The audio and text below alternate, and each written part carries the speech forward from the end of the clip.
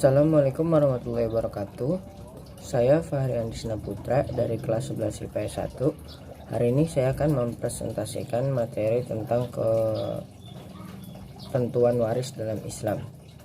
1. Pengertian dan dasar hukum waris dalam Islam. Waris adalah kata lain dari faraid yang merupakan bentuk jamak dari faridah yang semakna dengan kata mafrudah.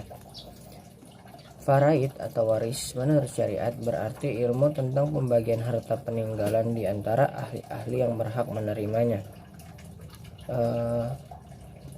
Dasar hukum kewarisan dalam Islam bersumber pada Al-Quran, yaitu Quran surat An-Nisa ayat 7, 11, 12, 127 dan 176, serta surat Al-Ahzab ayat 4, 5 dan 40. Dan bersumber pada hadis Nabi Muhammad SAW, yaitu hadis riwayat Imam Al-Bukhari dari Ibnu Abbas yang ke-6235 dan hadis riwayat Muslim 3028. 2. Asas-asas hukum kewarisan Islam. Asas hukum kewarisan Islam diambil dari Al-Quran, yang antara lain 1. Asas ijbari, yaitu peralihan harta dari seorang yang mati kepada ahli warisnya berlaku dengan sendirinya menurut ketetapan Allah Subhanahu wa taala tanpa digantungkan kehendak pewaris atau ahli waris. Yang kedua, asas bilateral, yaitu seseorang menerima hak atau sebagian warisan dari kedua belah pihak, yaitu kerabat, keturunan laki-laki dan perempuan. Yang ketiga, asas individual, yang berarti bahwa dalam hukum kewarisan Islam, harta warisan dapat dibagi-bagi kepada ahli waris yang untuk dimiliki secara perseorangan. Yang keempat, asas keadilan berimbang, yang berarti pembagian waris harus ada keseimbangan antara hak dan kewajiban, antara hak yang diperoleh dan kewajiban yang harus ditunaikan. Yang terakhir adalah asas akibat kematian. Kewarisan itu ada jika ada yang meninggal dunia, baik secara hakiki maupun hukmi. Jadi jika ada seseorang yang mati, maka waris itu pasti ada. 3. Rukun dan syarat kewarisan. Rukun kewarisan itu ada 3, yaitu pewaris, ahli waris, dan harta warisan. Pewaris adalah orang yang mati dan yang hartanya diwarisi kepada ahli warisnya. Kedua, ahli waris adalah orang yang dinyatakan mempunyai hubungan kekerabatan dan berhak menerima harta warisan. Ketiga, harta warisan, yaitu harta yang ditinggalkan oleh orang yang meninggal dunia atau harta yang ditinggalkan oleh pewaris. Sedangkan syarat kewarisan ada 3, yaitu matinya pewaris, hidupnya ahli waris, dan dan tidak adanya penghalang kewarisan. Yaitu matinya pewaris itu maksudnya mati secara hakiki, dan atau mati secara hukmi dan mati secara takdir, itu benar-benar mati gitu. Yang kedua, hidupnya ahli waris. Jadi jika karena ahli waris ini hanya akan mendapatkan harta warisan, jadi dia juga harus melakukan harta warisan dari pewaris, maka dia juga harus ada beberapa kewajiban yang harus dijalankan kepada pewaris, kayak menyelesaikan mengurus dan menyelesaikan pemakaman jenazahnya, terus menyelesaikan utang-utangnya, terus menyelesaikan wasiat pewarisnya, dan membagikan harta warisan di antara ahli waris yang berhak. Yang ketiga, tidak adanya penghalang kewarisan, yaitu contohnya kayak beda agama serta pembunuhan. 4. Sebab halangan waris mewaris. Yang pertama, penghalang kewarisan atau mawani al-irsi, yaitu hal-hal yang menyebabkan gugurnya hak ahli waris untuk menerima harta warisan dari pewaris. Beberapa penghalang itu, pertama, berlainan agama. Jadi ahli waris yang pewarisnya beragama bukan Islam nggak boleh menerima warisan dari pewaris yang beragama Islam. Misalnya kita Islam, tapi kita punya saudara kandung yang beragama Buddha, jadi dia nggak bisa terima harta warisan dari kita. Yang kedua itu pembunuhan. Seorang yang membunuh orang lain tidak berhak mewarisi harta orang yang dibunuh. Jadi kalau kita punya saudara kandung, terus kita membunuh saudara kandung kita, maka kita nggak berhak buat dapetin harta warisan dari peninggalan dari saudara kandung kita itu sendiri. Yang ketiga itu perbudakan. Budak itu tidak berhak mendapatkan warisan karena warisan itu bukan karena status kemanusiaan, tapi lebih ke arah status formalnya sebagai samba sahaya itu. Selain penghalang warisan, ada hak-hak yang berkaitan dengan harta peninggalan. Jika seorang meninggal, segala yang ditinggalkannya merupakan harta peninggalan atau tirkah, yaitu semua harta peninggalan orang yang meninggal dunia sebelum diambil untuk kepentingan pemeliharaan jenazah, pembayaran utang, dan pelaksanaan wasiat. Jadi jika seseorang meninggal, kan dia meninggalkan harta warisan atau harta peninggalan. Sebelum harta warisan atau harta peninggalan itu dibagikan kepada ahli warisnya, harta itu punya hak untuk yang satu itu untuk kepentingan pemeliharaan jenazah. Jadi digunakan untuk dari mulai mandiin jenazah, pokoknya pemeliharaan jenazah dari awal mandiin sampai dia ke pemakaman. Terus jika dia punya utang, maka harta itu harus digunakan dulu untuk membayar hutang-hutangnya serta untuk menjalankan wasiat-wasiatnya. Setelah itu semua sudah terpenuhi, sudah dilaksanakan, barulah sisanya dibagikan kepada ahli warisnya. Hal yang perlu diperhatikan berkaitan dengan ahli waris. Ahli waris itu dibagi atau dikelompokkan menjadi beberapa kelompok tergantung dari sisi mana kita melihatnya. Yang pertama, beberapa sebab ahli waris mendapat warisan.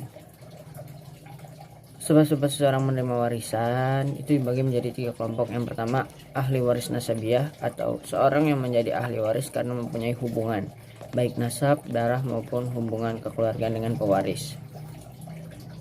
Yang ahli waris nasabiah ini dibagi lagi menjadi beberapa tingkatan. Yang pertama, furul al-maid, yaitu ahli waris anak keturunan dari yang pewaris atau kelompok cabang al-bunwah.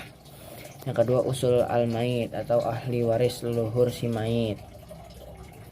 Yang ketiga, al-hawashi atau ahli waris kelompok saudara dan paman serta keturunannya. Yang kedua ada hubungan perkawinan. Jadi jika seorang pasangan suami istri, jika salah satu di antara keduanya meninggal, seperti suaminya meninggal, maka istrinya pun juga mendapat bagian dari warisan dari suaminya, mendapat seperti setengah bagian dari harta suaminya. Tapi jika punya anak maka mendapat seperempatnya, seperti itu contohnya. Yang ketiga ada hubungan karena al-wala itu hubungan kewarisan akibat seseorang memerdekakan hamba sahaya atau melalui perjanjian tolong menolong. Jadi jika seorang pewaris yang sebelum meninggalnya dia sempat memerdekakan hamba sahaya, maka saat pewaris itu meninggal, hamba sahaya yang dimerdekakan olehnya itu juga mendapat harta warisan dari si pewaris. Selain beberapa sebab ahli waris mendapat warisan, ada juga pembagian harta waris, yaitu dari seluruh ahli waris yang paling penting itu ada 5. Yang pertama anak kandung, mau baik laki-laki maupun perempuan, terus ayah, ibu, istri, dan suami. Apabila semua ahli waris tersebut berkumpul, maka dari seluruh ahli waris itu berkumpul, maka yang mendapat warisan hanyalah 5 ahli waris tersebut, yang anak kandung, ayah, ibu, istri, dan suami. sedangkan ahli waris yang lainnya terhalang karena haknya atau bertemu dengan ahli waris yang kelima tersebut karena kedudukan 5 ahli waris tersebut lebih tinggi dibanding ahli waris yang lainnya. C. Golongan ahli waris. Ahli waris ini digolongkan lagi menjadi 3 bagian. Yang pertama zawil furud, yaitu ahli waris yang memperoleh bagian-bagian tertentu. Contohnya, jika seorang istri meninggal, maka suaminya itu akan mendapat setengah bagian dari harta warisan istrinya apabila istrinya tidak mempunyai anak. Tapi apabila istrinya mempunyai anak, maka suaminya yang mendapatkan 1/4 bagian dari harta warisan istrinya. Yang kedua ada zawil arham atau kerabat non ahli waris, yaitu keluarga yang mempunyai hubungan keluarganya jauh dan mereka tidak termasuk ahli waris. Tapi mereka akan mendapatkan warisan apabila 1. Tidak ada ahlul asabah dan tidak ada zawil furud selain suami istri. Yang ketiga ahlul asabah, yaitu ahli waris yang mendapatkan sisa harta atau menghabiskan sisa setelah ahli waris memperoleh bagian tertentu atau mengambil bagian masing-masing. Ahlul asabah ini dibagi lagi menjadi 3, yaitu asabah binafsi atau ahli waris yang memperoleh sisa harta dengan sendirinya tanpa sebab yang lainnya. Yang kedua asabah dengan sebab yang lain atau asabah bil ghairi, yaitu ahli waris yang berhak mendapat semua sisa harta karena ada saudara yang menjadi asabah. Yang ketiga asabah karena bersama yang lain atau asabah al-ma'al ghairi, yaitu saudara perempuan sekandung dan saudara perempuan sebapak. D. Hijab. Hijab adalah penghalang bagi orang tertentu untuk mendapatkan warisannya, baik seluruh maupun sebagian karena adanya orang lain.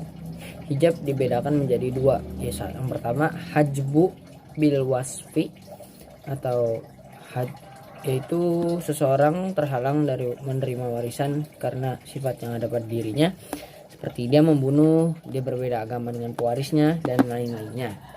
Yang kedua ada hajbu bisyakhsi, yaitu terhalangnya seseorang dari menerima warisan baik seluruh maupun sebagian karena ada orang lain atau ahli waris lain.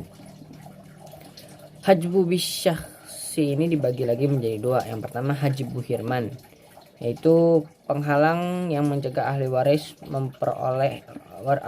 lain memperoleh bagiannya, seperti cucu laki-laki akan terhalang oleh anak laki-laki sehingga cucu laki-laki tersebut enggak menerima bagian dari warisan kakeknya. Yang kedua ada hajbu nuksan, yaitu penghalang yang menyebabkan berkurangnya bagian ahli waris yang disebabkan oleh ahli waris lain sebagai penghalangnya, seperti seorang suami yang mendapatkan 1/4 bagian harta dari istrinya karena istrinya ini mempunyai anak. Masalah aul dan rot. Aul adalah bertambahnya saham dari yang telah ditentukan dan berkurangnya bagian para ahli waris dari yang semestinya. Sedangkan rot adalah berarti membagi harta warisan kepada ahli waris menurut bagian mereka masing-masing secara proporsional. Rat merupakan kebalikan dari masalah aul. Jika dalam masalah aul terjadi kekurangan, maka pada rat terjadi kelebihan harta. Yang terakhir adalah hikmah waris Islam. Waris bertujuan membagi kepemilikan harta tersebut secara adil sehingga dapat dihindari terjadinya perselisihan antara ahli waris. Hikmah pembagian harta waris yang pertama itu terpeliharanya hubungan silaturahmi dalam keluarga muslim. Sebagaimana tercantum dalam Al-Quran, baik laki-laki maupun perempuan yang lemah atau yang kuat sama-sama memperoleh bagian. Yang lebih dekat hubungannya diutamakan dari yang lebih jauh. Yang kedua, keluarga laki-laki mendapat bagian lebih besar dari perempuan. Karena tanggung jawab laki-laki itu lebih besar di dalam keluarganya, lebih besar dibanding seorang perempuan. Selain itu, dia juga merupakan tulang punggung dari keluarganya. Yang ketiga itu menjunjung tinggi perintah Allah Subhanahu wa taala dan Rasulnya. sebagaimana yang pernah dijelaskan, umat Islam yang patuh dan taat kepada ajaran Allah berarti mereka telah menjunjung tinggi hukum Allah dan menempatkan hukum Allah di atas hukum adat. Dan hikmah yang terakhir adalah mewujudkan keadilan berdasarkan syariat Islam. Ya, dengan dilaksanakannya hukum warisan, insya Allah keadilan akan terwujud di tengah-tengah masyarakat Islam pada umumnya dan khususnya dalam keluarga muslim. Sekian presentasi dari saya, kurang lebihnya mohon maaf. Wabillahi taufiq wal hidayah. Wassalamualaikum warahmatullahi wabarakatuh.